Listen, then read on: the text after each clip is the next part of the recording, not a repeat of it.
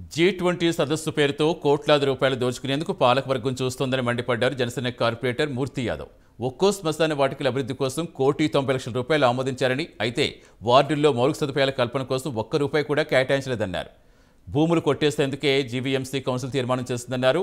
భూములు కాపాడేందుకు జనసేన న్యాయ పోరాటం చేస్తుందని తెలిపారు.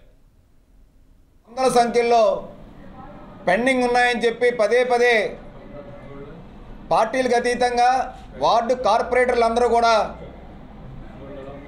హోరెత్తి వాళ్ళ యొక్క గలం వినిపిస్తున్నా కానీ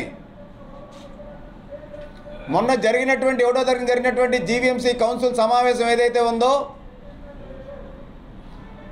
సుమారు 2 ఏళ్లలో గడిచిన 2 ఏళ్లలో జరిగిన కౌన్సిల్ సమావేశాల కన్నా చాలా భిన్నంగా 120 అంశాలతో కూడినటువంటి ఒక భారీ ఎజెండాను రూపొందించి, అలాగే నిన్న శనివారం నాడు జరిగినటువంటి స్టాండింగ్ కమిటీ మీటింగ్లో 105 అంశాలకు సంబంధించి ఒక భారీ ఎజెండాను రూపొందించి